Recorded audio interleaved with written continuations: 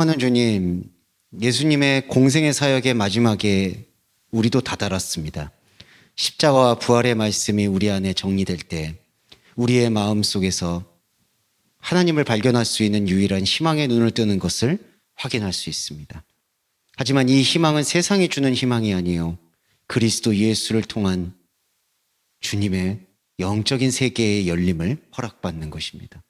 거룩하신 주님, 어둡고 흉흉한 시대가 더할지라도 그것과 무관하게 그리스도의 말씀을 가진 자는 그리스도의 사랑에서 끊어질 수 없음을 더욱 확증합니다.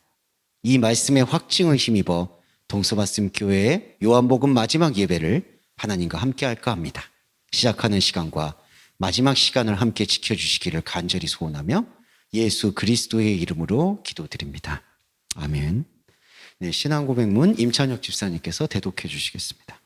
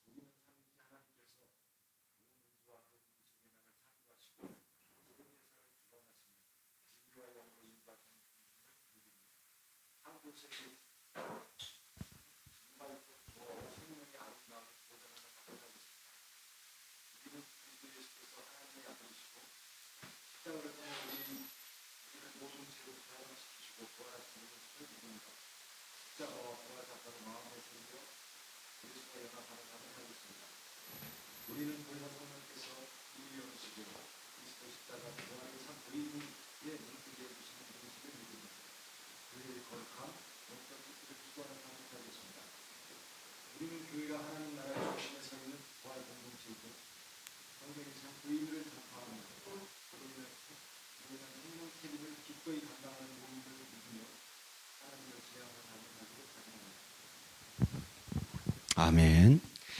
네, 감사합니다. 그리고 요한복음 20장 25절에서 죄송합니다. 요한복음 20장 27절에서 29절까지 이순희 권사님 대독해 주시겠습니다.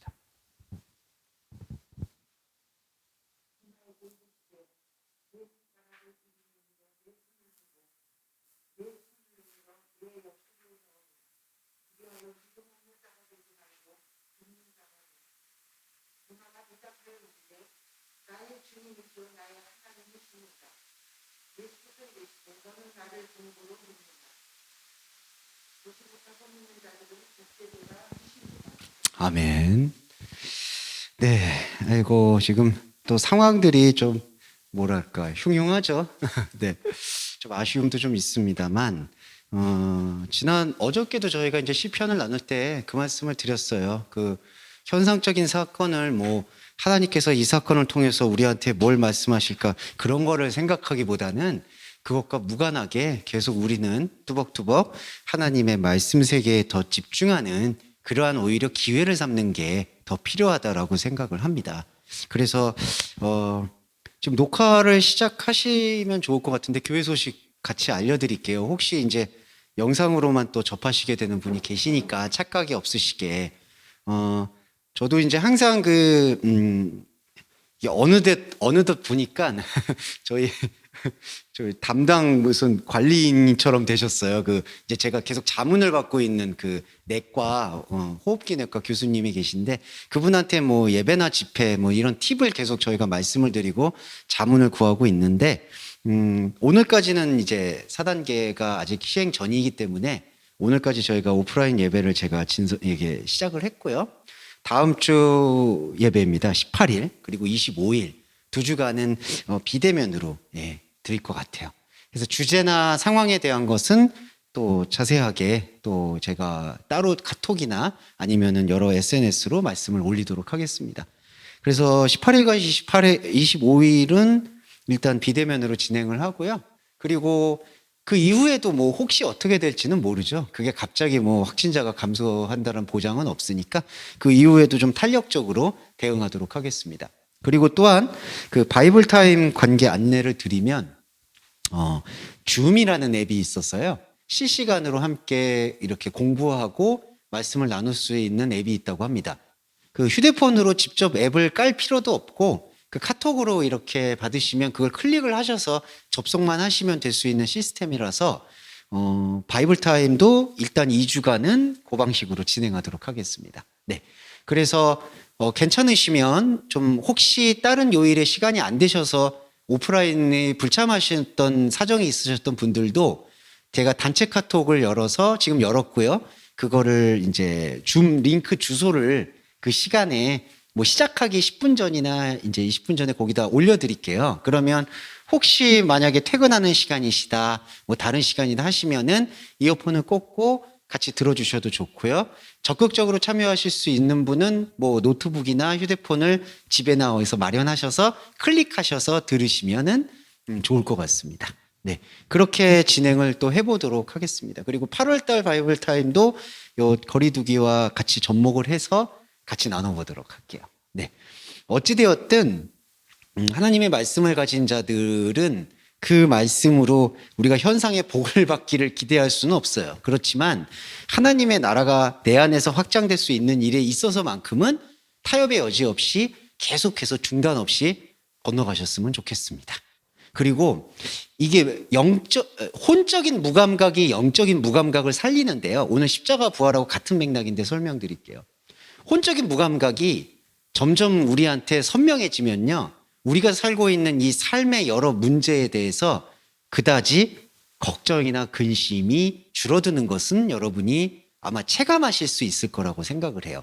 그게 과거의 자신과 한번 돌이켜서 나는 아무 변화가 없는 것 같다라고 생각을 하셔도 찬찬히 한번 복귀해 보시면 말씀에 파고들고 말씀과 함께하고 있는 우리들이 갖게 되는 생각이나 마음이 이전과는 확실히 다른 양상이 있다. 그거에 대해서 조금은 소개를 해드리고 싶었습니다.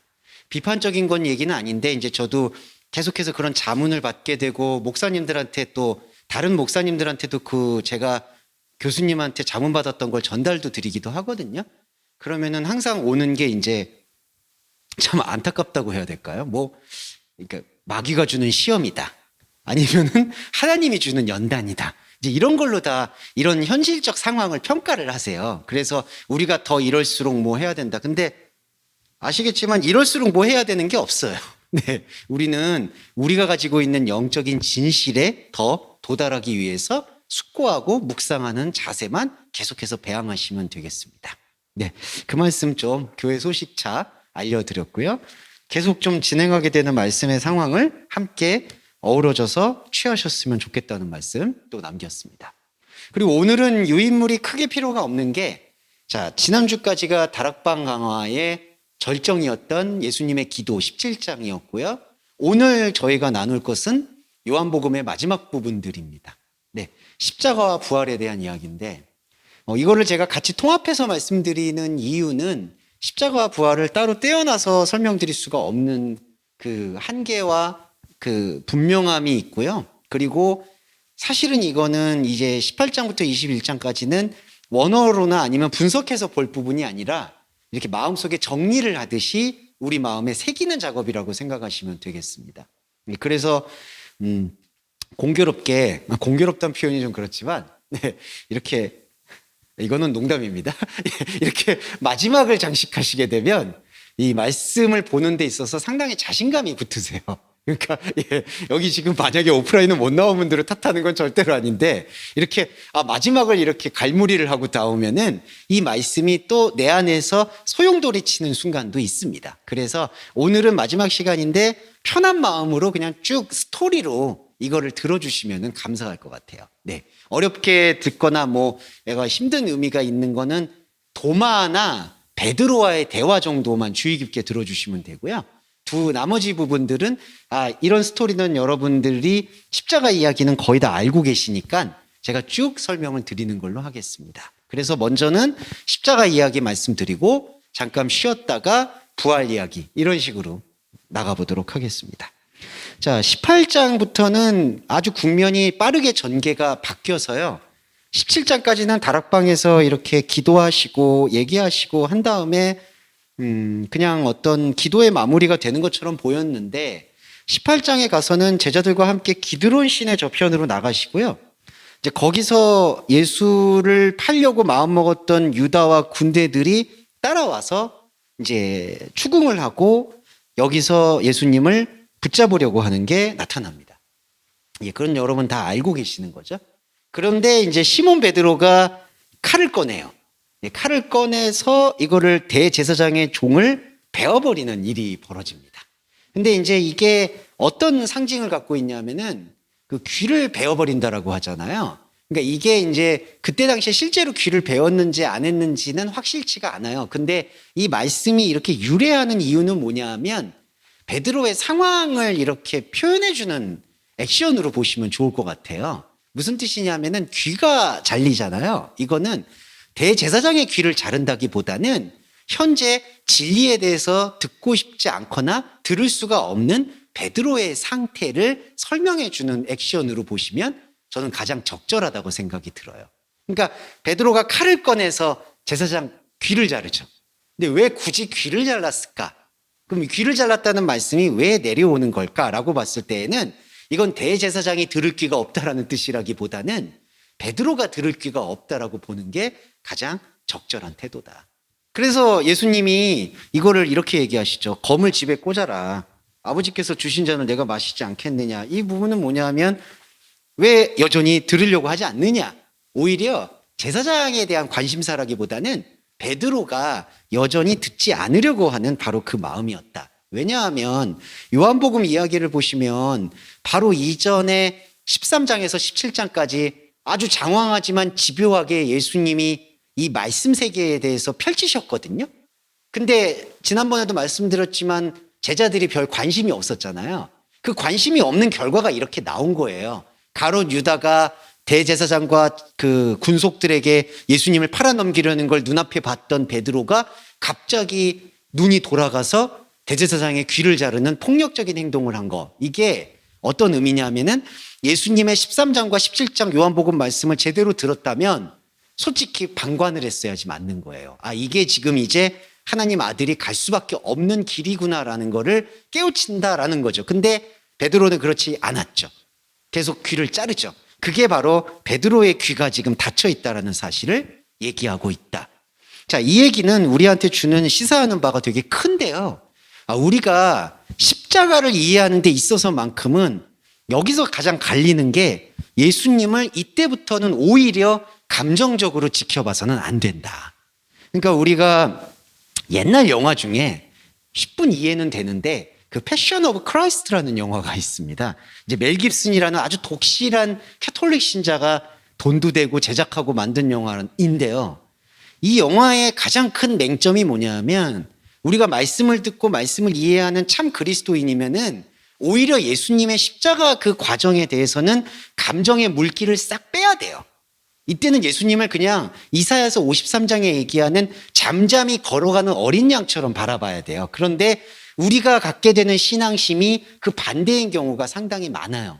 아, 하나님의 아들, 죄 없는 하나님의 아들이 십자가에 못 박히는구나라는 것을 우리가 가지고 있는 모든 감정을 여기만큼은 쏟아부어도 된다라는 어떤 허락을 받는 것처럼 받아들입니다. 그래서 이 교회에서 교회력을 보시면 사순절이 있는데 사순절이 이른바 이벤트가 된 거예요. 예수님의 고난을 기억하라, 예수님의 고난을 기념하십시오. 그러면서 새벽 기도를 한다든지 금식 기도를 하게 될 때의 약점이 이거를 제대로 묵상하기가 되게 어려워지는 경향이 있습니다. 그래서 이 부분에서 제가 딱 끊고 말씀드리는 건 아주 이거는 스토리 위주로 냉정하게 찬찬히 어떻게 하나님의 말씀이 성취되는가의 측면으로 이거를 봐야 된다라는 거예요. 그게 오히려 예수님이 원하시는 우리한테 주는 말씀의 핵심이다라고 생각하시면 되겠습니다. 자, 베드로는 근데 그러지 못하고 있다는 사실을 발견하시면 돼요. 흥분하고 감정적으로 어떻게 3년 동안 쫓아다녔던 우리의 동료였던 유다가 예수님을 팔을 수가 있을까? 그리고 대제사장들은 왜 이럴까? 그리고 또 하나, 민중들은 다 어디 갔을까? 그러니까 베드로가 이렇게 나타난다는 거는 예수님을 그렇게 따라다니던 사람들은 다 어디 갔을까라는 그런 항변이거든요. 빨리 우리 지도자가 잡히는 것을 막아달라고 얘기하는 요청이죠. 근데 아무도 안 들어요. 예, 이게 근데 오히려 십자가의 진짜 뜻이다. 이렇게 이해하시면 되겠습니다. 자, 그리고 그 13절과 14절에 그 안나스와 그리고 가야바가 나오거든요. 그 가야바가 대제사장이고요. 안나스는 그의 장인어른이에요. 그러니까 이게 다 짬짬이에요. 이 제사장 가문들의 짬짬인데 가야바가 어떤 얘기를 했었냐면요. 요한복음 중에 유대인들한테 한 사람이 백성을 위해서 죽는 게 유익하다라고 권유했던 사람이에요. 그러니까 예수님의 어떤 십자가 사건을 예견하고 있던 사람인데 가야바의 기대하고 좀 달라졌던 게 있어요. 뭐냐 하면 이건 조금 복잡한 얘기인데 잠깐만 드릴게요. 가야바가 한 사람이 백성을 위해서 죽는 게 유익하다라고 얘기하는 거는 자신들의 지위 때문에 그랬습니다. 뭐냐 하면 예수님이라는 존재를 십자가에 못 박는 대로 내어주게 되면은 대중들이 소요가 일어납니다. 그렇죠. 왜냐하면 예수님을 따르는 사람들이 상당히 많았으니까. 그럼 대중들의 소요가 일어나면은 어디에서 위협을 느끼냐? 바로 이 유대 사람들을 식민지로 삼고 있는 로마에서 긴장을 하게 돼요. 우리도 마찬가지죠. 홍콩에서 막 그런 일들이 벌어질 때 중국에서 긴장하고 탄압하려고 하죠. 그래서 대대적으로 법도 바꾸고 군사도 보내잖아요. 가야바가 원하는 거는 예수님을 이렇게 십자가에 못 박는 대로 끌고 가면은 대중들이 다 들끓고 일어나서 로마에서 군대를 보낼 것이고 군대와 통치를 자신들에게 권한을 위임해 줄 거라는 기대가 있는 거예요. 이거 이해되시죠? 지금 홍콩 상황하고 똑같아요.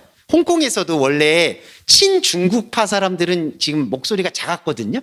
그리고 반중국파 사람들이 홍콩은 거의 지배하다시피 했는데 아시겠지만 지금 국가보안법 설정되고 민주화운동 바꾸고 난 다음에 오히려 친중국파 사람들이 거기를 지배하기 시작했어요. 지금 홍콩도. 그러니까 이때도 마찬가지인 거예요. 그때는 제사장 권력이 너무 작았기 때문에 자신들의 권력을 회복할 수 있으려면 이 사람들의 소동을 일부러 일으켜야만 하는 게 이유가 있는 거예요. 그러니까 예수님이 십자가에 잡혀간다라고 했을 때 이렇게 지도자들이 봤을 때에는 예수님 따르는 사람이 많으니까 그럴 때 난리가 날 거라고 예상을 한 거죠. 그러면 난리가 나게 되면은 로마가 긴장을 하게 되고 군사를 보내게 되면 그 군사와 긴장하는 마음을 이용해서 이 제사장 권력을 가진 사람들은 자신들의 존재감을 확인시키려고 했던 거예요. 자, 이게 가야바의 계획이었습니다. 그런데 그 계획과 다르게 이 쭉 스토리별로 보시면은 가야바의 계획은 소동을 일으키고 난리를 일으켜서 무언가 예수님에 대해서 대중들이 들고 일어나기를 기대했는데 그 기대는 없어졌어요. 보시면요. 이 18장의 내용 중에 대중들이 안 보여요. 그러니까 예수님을 여러분 보시면 알겠지만 5천 명도 먹이셨죠. 수많은 사람들이 따라왔죠. 병고침도 받았죠. 근데 이 사람들이 지금 다 싹 들어갔습니다. 어떤 신학자들은 이게 뭐 밀실에서 패스트트랙처럼 빨리 처리해버렸다라는 그런 해석을 해요. 그러니까 대제사장들과 이 사람들이 예수님이 끌려가고 잡혀가는 걸 알면은 대중들이 알면은 자신들이 불리하다라고 생각해서 뭐 새벽에 처리를 하잖아요. 새벽에 처리하고 빨리 대중들이 모르는 상황에서 처리를 하려고 했다라고 알고 있는데 사실은 그것과 조금 달라요. 이 대제사장들이 예수님 막 지금 책찍질하거나 신문하고 빌라도까지 데리고 와요. 그러면요, 이 시간이 아무리 새벽이라고 해도요, 로마 총독 나오죠? 그리고 대제사장이 움직이죠? 그러면 이런 것에 대해서 예루살렘 사람들이 그 소문을 몰랐을 리가 없습니다. 그러니까 아무리 그때가 무슨 정보통신이 발달이 안 된다고 하더라도 그 예루살렘 안에서는 대제사장이나 로마 빌라도 총독이 움직이는 그런 움직임 자체에는 상당히 예민하거든요. 여러분도 아시겠지만 조선에 그 옛날에 조선시대에서도 그 궁전, 궁궐과 그 궁궐 주변의 사람들은 상당히 빨리 정보가 돌아가잖아요. 그와 마찬가지입니다. 예루살렘에 있던 사람들이 이걸 모를 리가 없고요. 그리고 아시겠지만 예수님이 성전에 입성하실 때 수많은 사람들이 다 들어왔어요. 또한 이때가 유월절을 지금 앞두고 있어요. 그러면 유월절 전후로 예루살렘 사람들만 온 거냐? 그게 아니겠죠. 이스라엘 전역에 있는 사람들이 1년에 한 번씩 지켜야 될 유월절 지키려고 수많은 대중들이 다 들어왔다라는 얘기입니다. 그런데 그거에 대해서 대중들이 몰랐을 리가 없고, 그리고 대제사장과 빌라도 총독이 그런 어떤 난리와 소동에 대해서 또 몰랐을 리도 없어요. 그걸 이용할 거라는 거죠. 그런데 그렇게 이용하려는 마음과 기대와는 다르게 너무나 잠잠해요. 네. 그러면 그거는 어떻게 우리가 유추할 수 있을까요? 자, 이겁니다. 세 가지 부류가 나와요. 한 가지 부류는 이 대제사장 부류들인데 예수님이 워낙 놀라운 기적들을 많이 일으키니까 자신들보다 예수님을 따라갈 것으로 생각하고 예수님이 두려워서 예수님을 죽이려고 했던 세력들. 이게 대제사장 세력들이에요. 첫 번째. 자, 두 번째는 대중들이에요. 자, 대중들이 하나님이 막 치료하셨잖아요. 그리고 하나님한테 치료함을 받고 은혜를 받기 때문에 예수님을 막 따라다녔어요. 그런데 성전 들어오고 난 다음에 결정적으로 어떤 일이 있었냐 하면은 성전 정화 사건이 있었죠. 근데 그 정화 사건이 간단한 게 아니라 6월절로 이스라엘 사람들이 가난하고 평범한 사람들이 모이는 이유는 농사를 지었던 거나 목축업을 했던 거를 그때 한 몫을 잡아야 되는 거예요. 그러니까 1년 농사의 결산을 6월절 때 해야 되는 거죠. 왜냐하면은 송아지를 팔아야 되죠. 제사 음식이 그때는 경제니까. 그래서 그 경제적인 걸 해결하려고 데리고 갖고 들어왔던 대중들이 예수님이 근데 그때 뭐라고 하셨냐면은 이 장사하는 집 만들지 말아라. 그러면 그게 뭘까요? 1년 동안 그 제사하고 돈 벌려고 했던 게 지금 다 날아가 버린 거예요. 그러면 여러분, 사람은요, 정말 죄송한데 자기의 경제적인 이권 앞에서는 눈에 보이는 게 없습니다. 네. 그러면 대중들이 그렇게 예수님이 나사로까지 살리고 죽은 사람까지 살렸는데 이때 기대가 완전히 다 꺾여버린 거예요. 아, 이거 예수님 왕 아니겠구나. 이걸 생각하게 된 겁니다. 이게 두 번째. 그러면 마지막으로 이제 세 번째. 제자들. 이 제자들은 목숨 바치고 여기 왔잖아요. 재산도 다 팔고. 근데 대표적으로 보세요. 유다는 예수님 팔아넘겼죠. 그리고 또 다른 제자들은 아예 보이지도 않아요. 다른 공간복음서에서는 그 마태였나요? 그거 호디블 이렇게 입고 있다가 놀래가지고 이거 벗고 벌거벗은 몸으로 도망갔다고 하죠. 자, 제자들은 예수님을 위해서 그렇게 목숨을 건다고 얘기했는데 왜 이렇게 버리게 됐을까? 이게 요한복음에서 결정적으로 저희가 지난 시간까지 들었던 다락방 강화 때문이에요. 그러니까 다락방 강화가 뭐냐? 예수님이 예루살렘 오셔가지고 이제 세상의 메시아 되심을 선포했어야 되는 건데 그 기대와 전혀 다르게 그들의 눈에 봤을 때에는 노예들이 발을 씻는 행동을 하시고 그리고 조금 있으면 나를 못 봤다가 조금 있으면 본다 해괴망측한 소리를 하고 그리고 나중에는 자기들하고 말이 안 통하니까 벽 보고 기도하고 죄송한데 이 제자들은 예수님이 미쳤다고 생각하는 거예요. 네. 솔직히 제자들에게 기대할 게 오히려 더 없습니다. 그러니까 첫 번째 제사장들은 예수님을 죽여서 소동을 일으켜서 자신들의 권력을 유지하려고 한 거고 대중들은 경제적으로 일단 예수님이 아무 도움을 안 준다라고 생각하고 아 예수님도 믿을 사람이 안 되는구나 하니까 그냥 떠나가고 세 번째로 제자들은 자기들의 모든 거를 다 바쳤는데 예수님이 자신들의 기대와 전혀 다른 말을 하니까 그 배신감을 견디지 못하고 자, 그중에 그래도 제일 나은 사람이 누구냐? 베드로예요.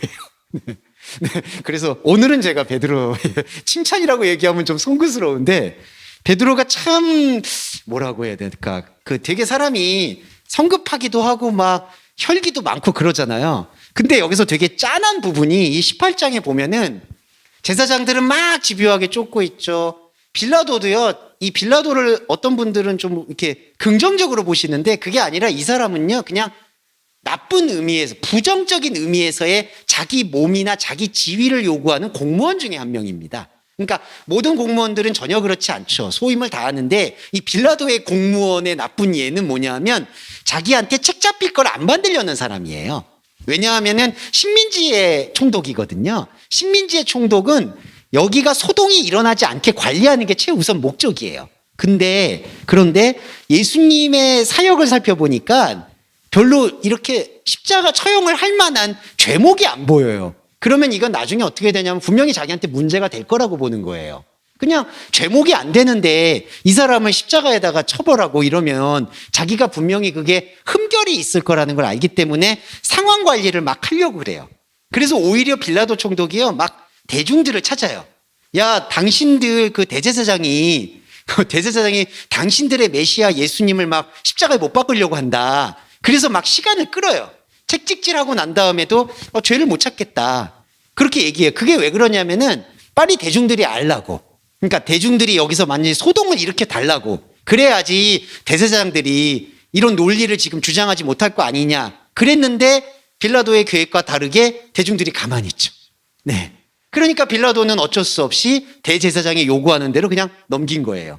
그리고 아까도 말씀드렸지만 대제사장도 기대가 이상한 거예요. 우리들이 이렇게 자극을 하면은 대중들이 들고 일어나야 되는데, 근데 자극이 없어. 이것도 참 황당한 일이죠.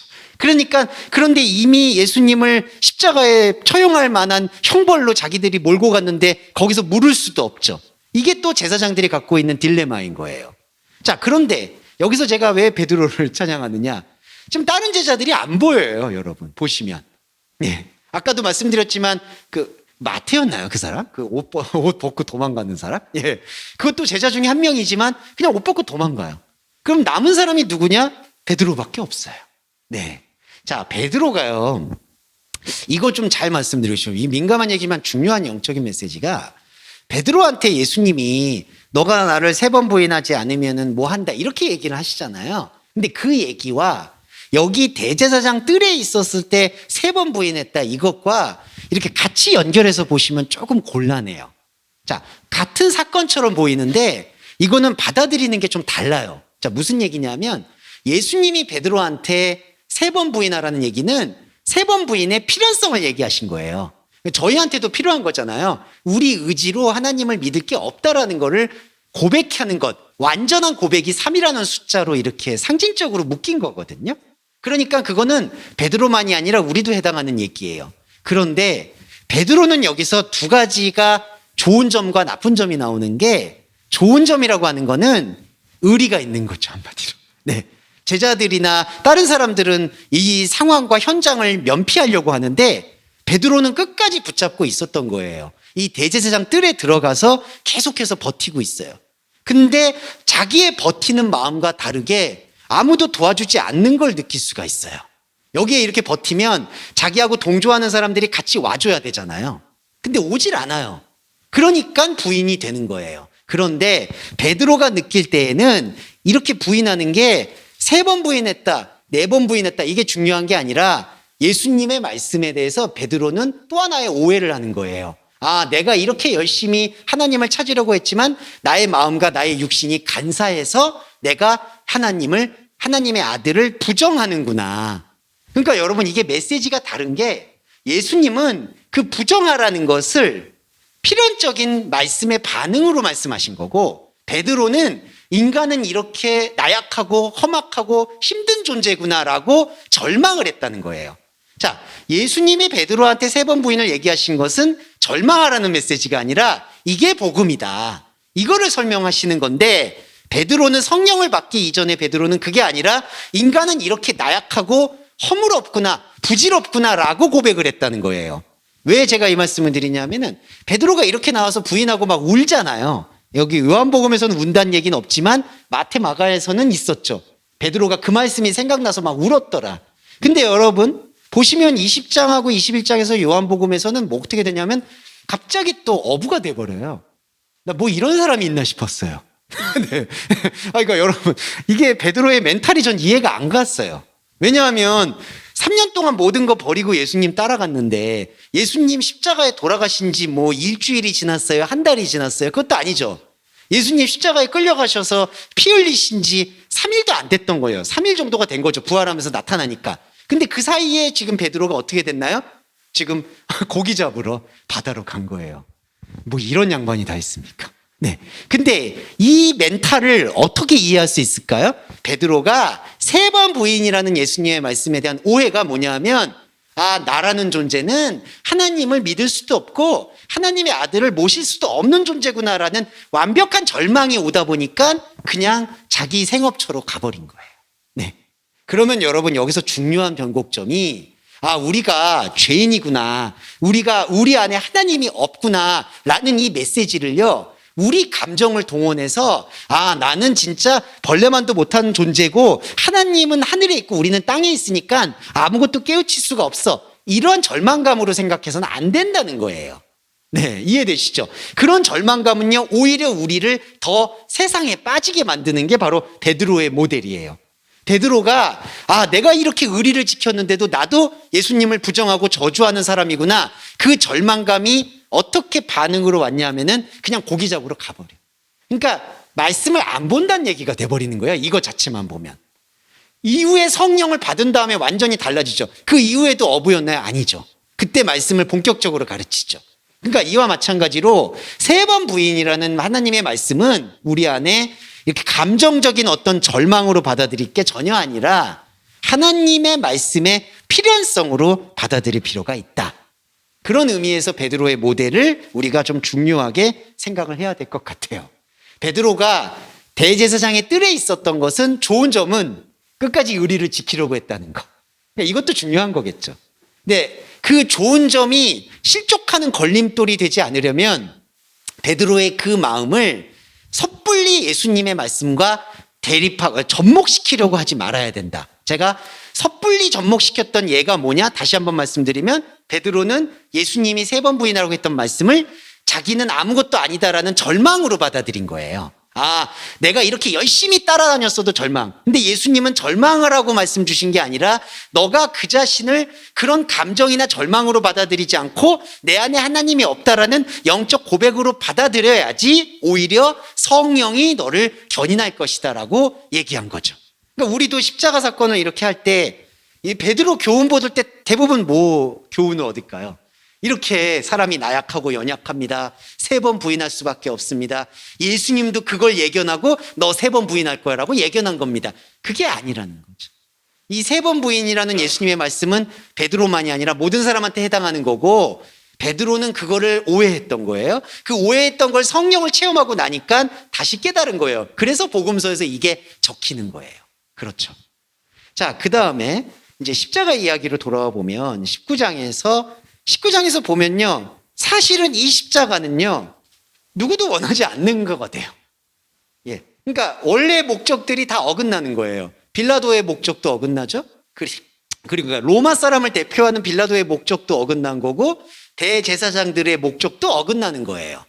그래서 여러분 이 요한복음이 아니라 저기 마태 마가복음 보시면 자꾸 대제사장이나 백부장이나 군인들이 자꾸 무슨 얘기를 하냐 하면 여러분 아시겠지만 너가 하나님의 아들이거든 내려오라는 얘기를 계속해요.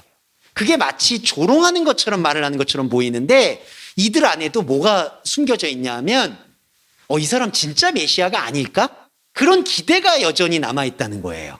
그러니까 자꾸 내려오라는 거예요. 왜냐하면 그들이 생각하는 메시아는 십자가에 못 박히면 안 되거든요. 다윗의 자손으로 구름 타고 와야 되잖아요. 그때 구름이 뭐냐면요. 이 사람들이 해석하는 구름은 수많은 대중들, 수많은 군사들, 수많은 지지율이에요. 예, 구름 타고 온다는 게. 그러니까 이 사람들이 생각하는 거는 또 자기들의 기대처럼 예수님을 자극하면 대중들이 일어나겠지, 로마 사람들이 또 자극받겠지 하는 여러 가지 기대들이 있는데 그 기대가 점점 멀어지는 거예요. 그러니까 이 사람들, 이 대제사장 세력이나 그리고 빌라도 사람도 지금 너무 당황스러운 거예요. 이 상황이. 근데 예수님이 그거를 쭉 밀고 붙여요. 왜 밀어붙일까요? 예수님이. 이 상황을 지금 거부 안 하고 계속 밀어붙이면서 하는 얘기가 뭐냐 하면 나의 나라는 여기에 있지 않다라는 얘기를 합니다. 빌라도하고 이렇게 대화를 할 때 너가 왕이 맞냐? 그러니까 내가 왕이 맞다. 하지만 이 나라는 여기에 속한 게 아니다라는 얘기를 하세요. 그게 바로 예수님의 포인트예요. 왕은 맞는데 여기에 속하지는 않다. 그게 예수님의 말씀의 포인트고 우리도 그 말씀을 들을 때 십자가라는 것은 이제 규명이 됩니다.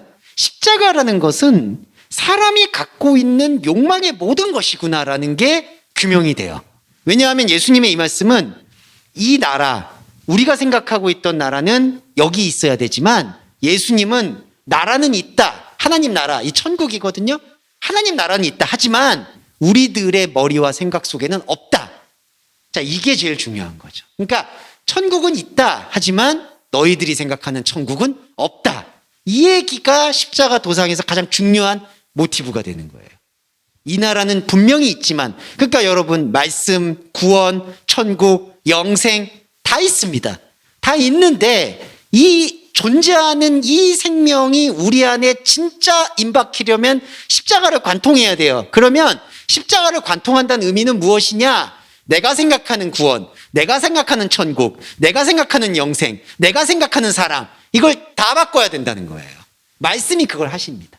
그러니까 말씀을 우리가 듣고 관통할 때 모든 게 십자가라는 것은 내가 알고 있고 인간이 알고 있고 국가가 알고 있고 사람이 알고 있던 이 모든 것들 안에는 하나님이 있지 못하다. 이 생각을 선포한 게 십자가라는 거예요. 왜냐하면 여기에 만약에 진짜 하나님의 아들이 계셨다면 하나님의 아들이 여기서 죽어서는 안 되는 거예요. 그리고 여러분, 이거에 대해서 또 하나 제가 부연 설명을 드릴게요. 자, 이게 진짜 어렵고 제일 중요한 변화점인데 예수님의 아들이, 하나님의 아들이 오셔서 여기서 십자가에서 피를 흘린다고 표현을 하시잖아요. 다 이루었다라고 이제 19장에서는 얘기를 합니다. 다 이루었다가 19장 표현으로 알고 있습니다. 네, 30절에 다 이루었다. 예수님이 다 이루었다라는 게 어떤 거냐면은 이거예요. 완전한 차이점이 우리들이 알고 있었던 것이 전혀 하나님과는 상관이 없다라는 것을 선포한 행위가 바로 다 이루었다가 되는 거예요. 우리가 알고 있는 모든 것. 그러면 여러분, 우리가 알고 있는 모든 것 안에 뭐가 포함이 됐냐 하면은 하나님의 아들이든 무엇이든 그 사람이 아니면 그 존재가 피를 흘려서 내가 가지고 있는 이 죄를 사하여 줘야 된다라는 생각도 잘못 알고 있다라는 것이죠. 그러니까 십자가 복음이라는 것은 내 죄를 사해 주는 게 맞는데 어떤 죄를 사해 주는 거냐? 우리가 완전히 하나님과 다른 것을 알고 있는 그 죄를 사해 준다는 거예요. 그러니까 이게 복잡하게 보이지만 되게 중요한 게 우리가 알고 있는 것 중에 죄가 있죠. 그러니까 유대인들 보세요. 죄가 다 그 죄 때문에 제사를 지내잖아요. 그러니까 우리가 알고 있는 죄가 진짜 죄가 아니다라는 걸 알려주는 게 십자가라는 거예요. 근데 만약에 이거를 거꾸로 읽어서 우리의 죄를 인정하고 이 죄 때문에 십자가에서 피를 흘렸다 그러면은 그거는 구약의 수천 수만 가지 제사 중에 하나에 지나지 않는 거예요. 예수님의 피가. 근데 비판해서 죄송하지만 안타깝게도 이 피가 지금 우리를 지배하고 있다는 거죠. 그러니까 우리가 잘못 알고 있었던 죄를 인정하고 그 죄 때문에 십자가에서 피를 흘렸다라고 우리가 감정적으로 하나님 아들 피 흘리셨네, 하나님 아들 죄사하셨네 이렇게 하면요, 하나님이 진짜 말씀하시고자 하는 하나님과 우리의 완전한 다름이라는 그 죄는 설 자리가 없는 거예요. 그래서 우리가 십자가에서 다 이루었다라고 얘기하는 것은 십자가 앞에서는 사람이 생각한 모든 생각, 그 안에는 죄도 포함이 됩니다. 잘못 알고 있는 죄까지 모두 무력하다, 아무것도 아니다. 그거를 선포한 게 다 이루었다, 십자가라는 거예요. 그래서 이 십자가를 이해하게 되면은 성경이 이루어지는 거예요. 자, 이런 것들을 볼게요. 그 35절이나 6절에 이 일이 이룬 것을 그 창과 옆구리를 먼저 군병이 찌른 다음에 뼈를 안 꺾어요.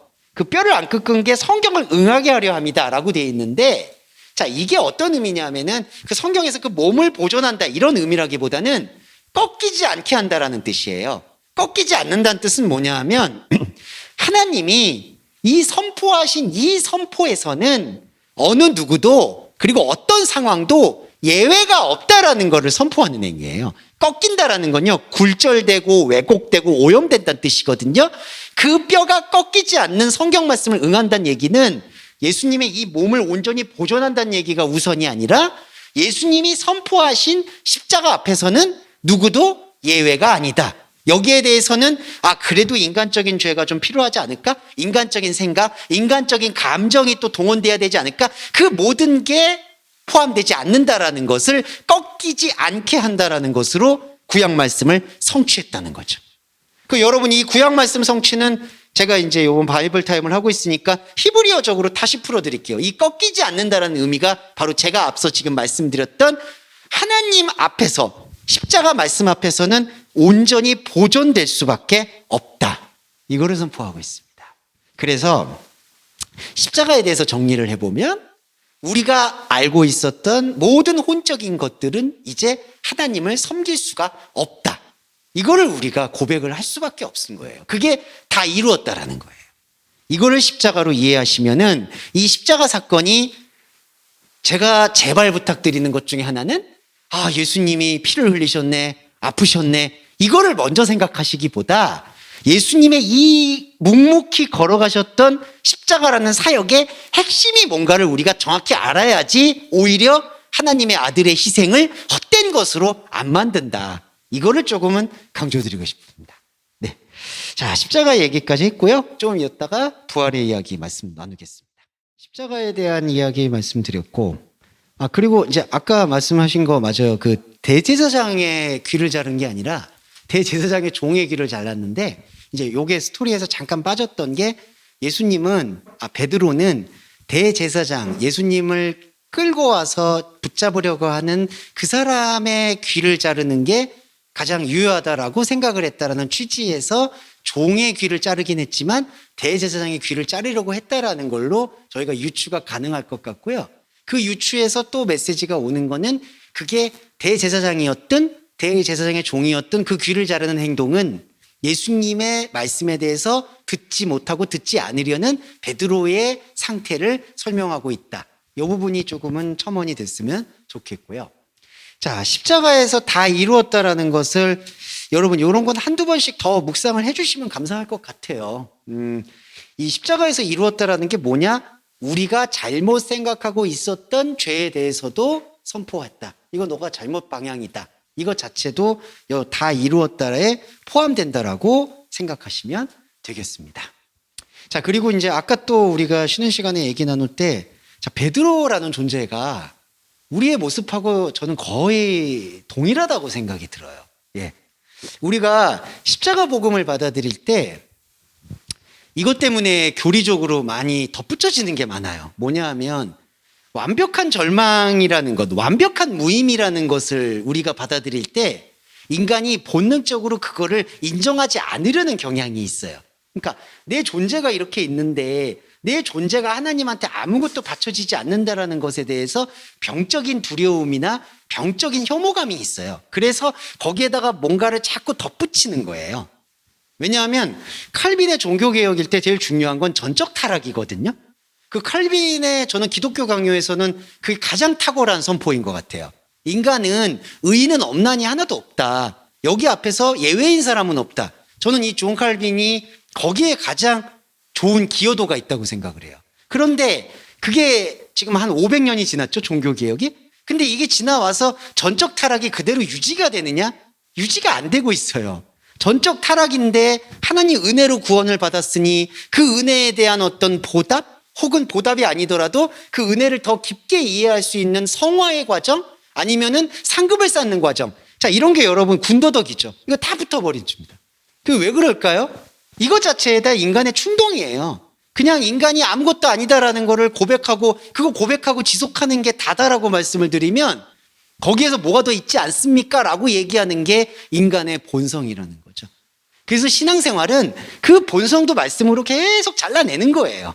그게 베드로가 성령을 체험한 다음에 그래도 고기 잡는 일을 하지 않고 인간적인 절망을 멈추고 하나님 말씀을 전달할 수 있는 일에 집중할 수 있게 만든 동력이다. 그러니까 오히려 철적인 무의미가 베드로를 베드로답게 만든 거예요. 바울도 마찬가지고. 그러니까 저와 여러분도 신앙생활이 바로 거기에 무게중심이 두어야 된다라고 확신을 합니다. 자, 그리고 예수님이 부활을 하셨어요. 예수님 부활을 이렇게 간단히 말씀드리니까 원래 죄송해요. 목사님들이 이럴 때 막 힘을 줘야 되거든요. 십자가의 고난을 깨시고 이제 부활하셨습니다. 그러면서 막 이렇게 파이프 오르간 같은 데서 음악이 나오고 막 이래야 돼요. 짜자잔 하면서 이제 예수님 막 무덤문 박살내고 나오셨습니다. 전혀 안 그래요, 이게. 왜냐하면 예수님의 존재는 십자가에 못 박히셔서 숨을 거두었다고 해서 이게 물리적 상황이죠. 그 물리적 상황과 또 무관하게 그분은 영으로서 함께하고 있는 거죠.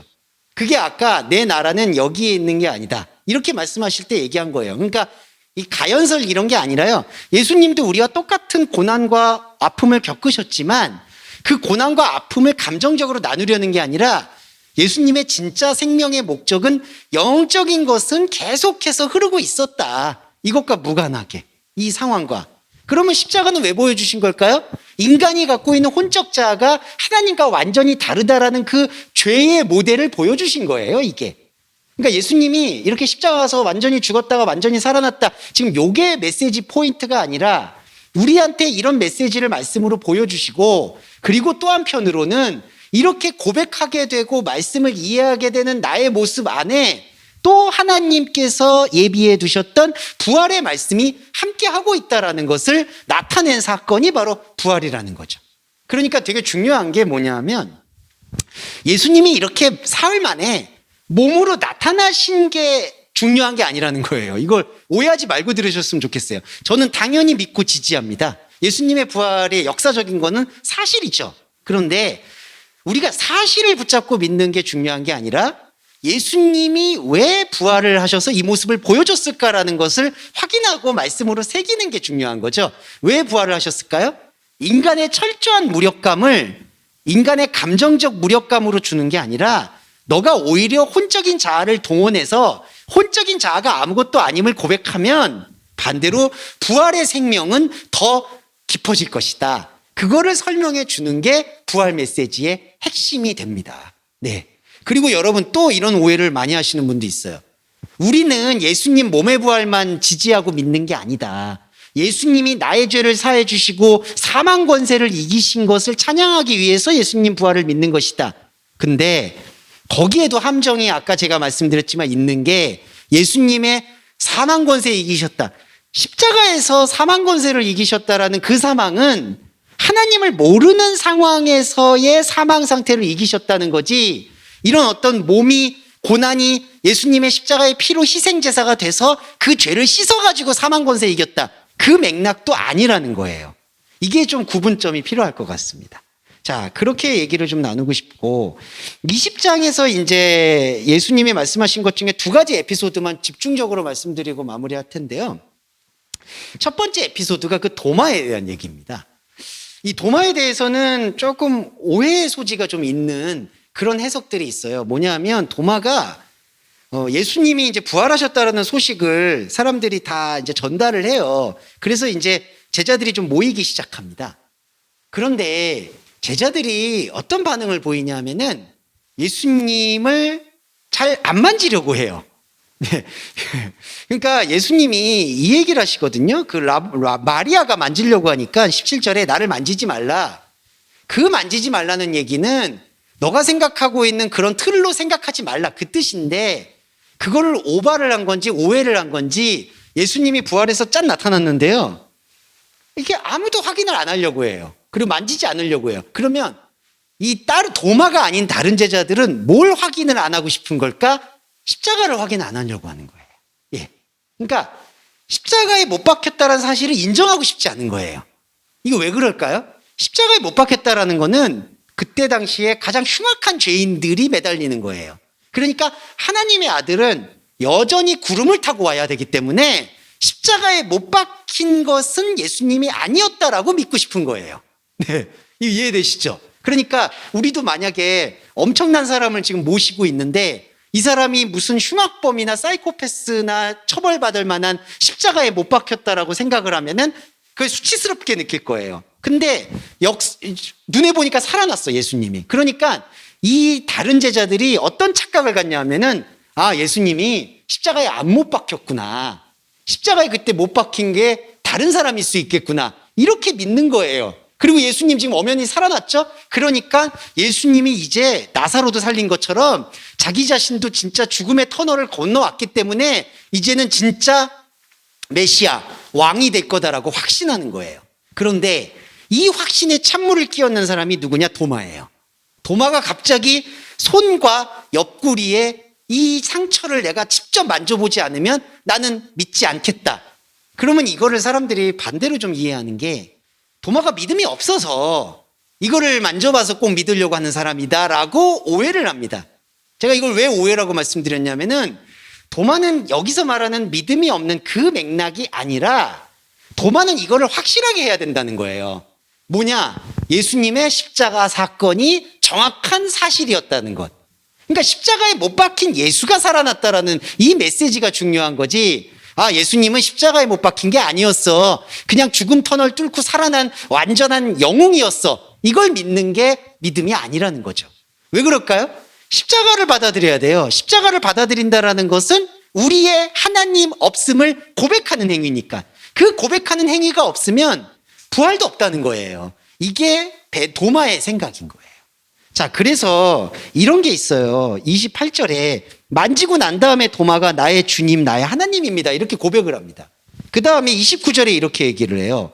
너는 나를 본고로 믿느냐? 보지 못하고 믿는 자는 복되다.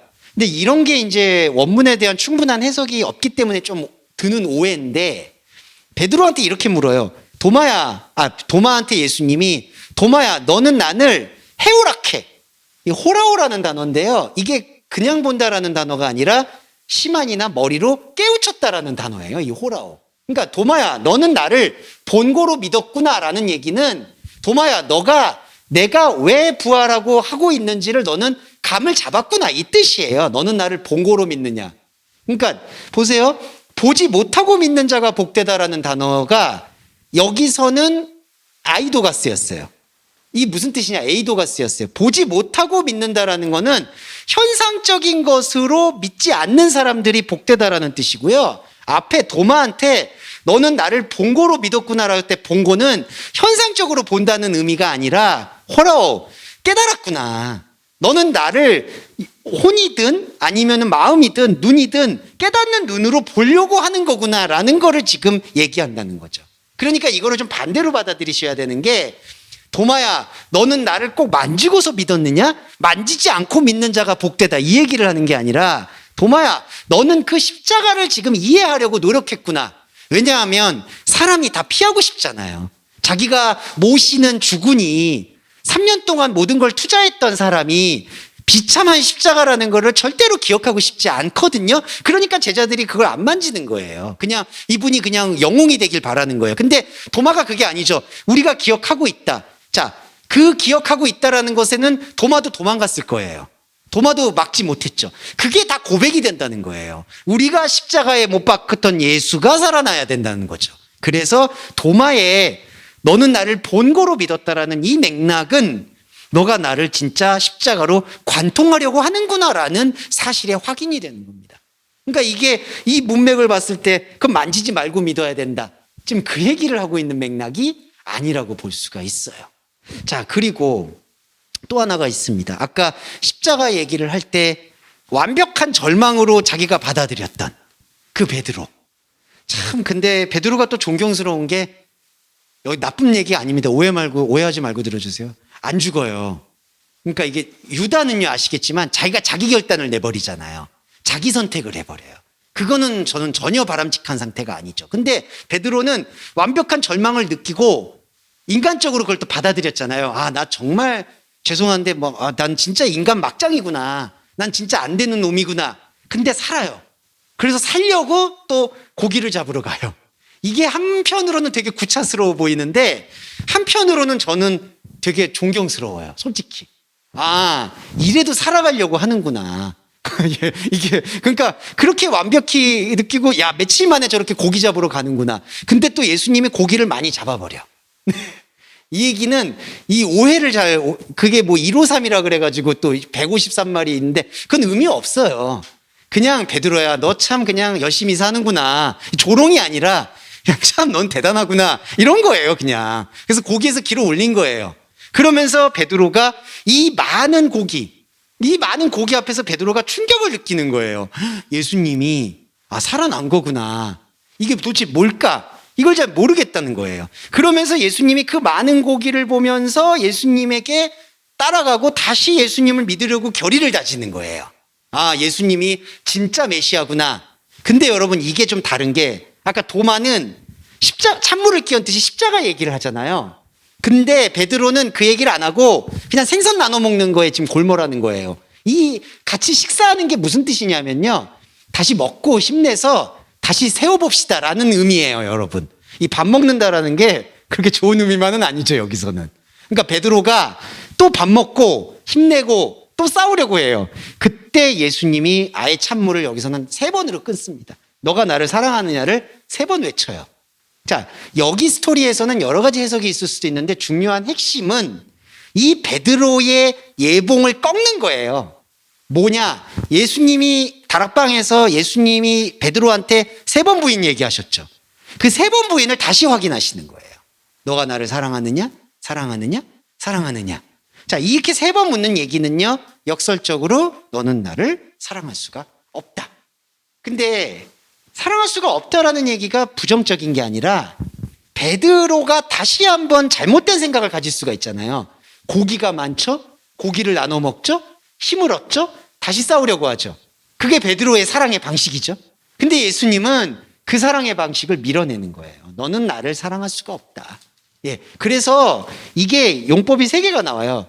첫 번째, 두 번째는 아가파오가 나오거든요. 너 나를 사랑하냐라고 했을 때 아가페가 나와요. 그랬다가 마지막 3번째에는 예수님이 필레오로 대답을 해요. 필레오라는 건 그냥 관계를 맺는다는 뜻이에요. 근데 예수님이 이렇게 아가페 2번 물었다가 나중에 필레오, 관계까지 얘기하는 거는 안타깝지만 제일 중요한 건데, 너는 나를 아가페 할 수도 없고 필레오 할 수도 없다. 오히려 그 얘기를 하는 거예요. 그러면서 자꾸 내 양을 먹여라 이 얘기를 하는 거는 누구를 먹이란 얘기가 아니라요, 너가 지금 이 고기를 먹을 생각하지 말고 너 안에서 울고 있는 하나님을 잃어버린 너의 자아를 회복해라, 그 얘기예요. 너는 나를 사랑할 수 없다. 예, 그 얘기를 받아들이셔야 됩니다. 그래서 베드로가 근심을 하게 되는 거예요. 네. 이게 바로 사랑에 대한 이야기로 우리가 귀속을 할 수가 있을 것 같고, 그리고 이제 부활을 통과하고 난 다음에 가장 중요한 이제 마지막 핵심 포인트는 베드로가 21장 20절을 보시면은 사랑하는 제자를 보면서 주여 이 사람이 누굽니까? 뭐 이런 식으로 얘기를 해요. 그리고 이 사람이 어떻게 됩니까? 그러니까 베드로의 핵심은 자기 말고 다른 사람의 처리나 다른 사람의 거취 문제에 대해서 또 관심을 갖는 거예요. 네. 자, 이거를 예수님이 되게 혐오하세요. 되게 싫어하세요. 이게 이렇게 나와요. 22절에 예수님이 내가 올 때까지 그를 머물게 하고자 할지라도 그게 너와 무슨 상관이냐? 너는 나를 따라와라. 이렇게 얘기를 합니다. 자, 이 얘기의 핵심은 뭐냐? 자, 부활과 십자가와 지금 이 이야기가 이 요한복음에서 쭉 관통이 됐습니다. 1장 1절부터 태초에 말씀이 있느니라부터 여기까지 왔어요. 자, 이 이야기는 결론적인 건데 아이 메시지라는 거예요. 이게 누구한테 주는 사람들, 뭐 혹자들 이런 거 얘기 많이 하잖아요. 타인을 걱정을 많이 하죠. 그리고 그게 되게 휴머니즘처럼 보여요. 다른 사람의 구원은 어떡합니까? 그리고 이제 목회자분들이 갖게 되는 함정이, 그럼 이 말씀을 어떻게 전달해야지 이렇게 효과적으로 전달할 수 있습니까? 그 전달을 우선하는 게 아니라 아이 메시지라는 것은 저와 여러분이 이 말씀을 관통하면은 이 말씀의 관심사는, 하나님이 이 말씀을 주는 관심사는 다른 사람이 아니라 자기 자신이라는 거예요. 예. 이게 제일 중요합니다. 그러니까 부활을 경험하는 것, 십자가를 경험하는 것도 역사적 사건이 중요한 게 아니라 내 안에 관통되는 부활이 중요한 거예요. 내 안에 관통되는 말씀이 중요한 거예요. 그러니까 베드로가 아직도 여전히, 그건 저의 모습이기도 합니다. 여전히 그러면은 저는 이렇게 하시면은 저 사람은 또 뭐예요?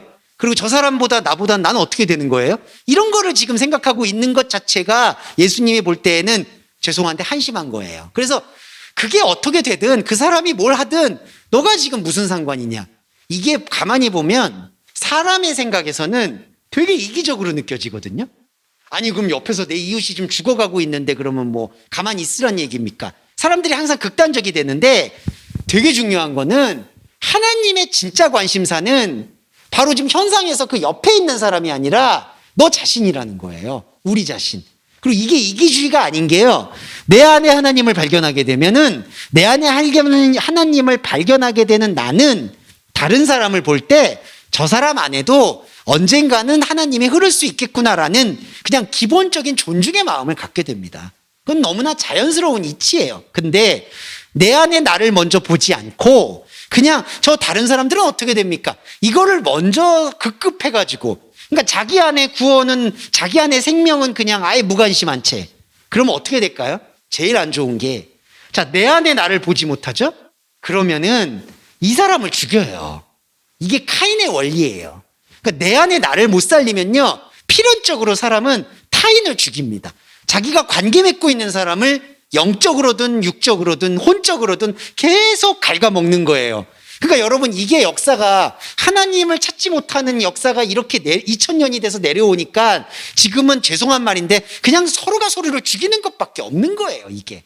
그래서 우리가 요한복음 복음을 간통할 때 이게 나의 이야기다라는 것을 품고, 그리고 되게 절박하게 말씀드리면 솔직히 나 하나 건사하기도 힘들다는 생각으로 말씀에 집중을 하시면 그게 오히려 땅끝까지 복음이 전파되는 방법이 된다.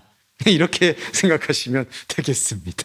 나 하나 살리고 가자. 뭐 이런 표 같지만, 네, 여기에 무게중심을 두시면 좋겠습니다. 왜냐하면 예수님도 이렇게 얘기했어요. 저 사람 어떻게 되는 거 너 걱정하지 말고 너 걱정부터 해라. 왜냐하면은 예수님 볼 때 베드로가 얼마나 걱정되겠어요, 지금. 네, 그렇게 일을 겪어서도 지금 정신 못 차리고 고기 많은 거 가지고 그냥 해벌쭉 해가지고 또 얘가요. 베드로를 처음에 존경하다가 이렇게 또 나쁘게 얘기해서 죄송한데 이 양반이 좀 그래요. 예. 그래서 여러분 이제 8월달 접해되고 이제 7월달 됐는데 여러 가지 현상 상황들이 좀 변동이 있지만 이렇게 베드로의 관계 그리고 요한복음의 시작과 끝을 한번 보시고 한번 2주 정도는 이렇게 요한복음을 쭉 한번 다시 한번 이렇게 스텝을 차분히 밟아가시면 좋을 것 같습니다. 네. 자, 오늘 예배 이렇게 함으로 기도와 주기도문으로 마무리하겠습니다. 사랑하는 주님, 말씀을 관통한 우리 안에 십자가가 보였습니다. 그리고 부활이 임박혔습니다. 주님, 이 말씀이 하나님 나라임을 고백합니다. 이 말씀이 구원이요 영생임을 고백합니다. 그러함으로 우리가 가지고 있는 이 현상의 요동침은 우리를 하나님의 사랑에서 끊을 수 없음을 또한 확인하였습니다. 자비로우시고 은혜로우신 하나님, 이 여름을 슬기롭게 이겨낼 수 있게 되기를 소원합니다. 인간의 시간은 하나님의 말씀을 깨우친 우리의 영적인 놀라움과 상관없이 약탈하고 빼앗고 핥히고 서로를 어렵게 하는 데만 혈안이 되어 있습니다. 관계와 물질 그리고 육체적 건강의 어려움들이 여러 가지로 뒤엉켜 있습니다. 하지만 우리 동서말씀교회 교회 여러분들이 이 뒤엉켜 있는 상황 속에 너무 많은 할애나 상처를 입지 않게 해주시고 오직 하나님의 말씀에 귀 기울일 수 있는 진정한 알곡의 성도가 될 수 있도록 축복해 주시기를 소원합니다. 앞으로 있는 여름의 기간들 비대면에서도 하나님의 말씀이 더 원활하고 충만하게 흐를 수 있도록 축복해 주시기를 소원하며 우리 주 예수 그리스도의 이름으로 기도드립니다. 아멘.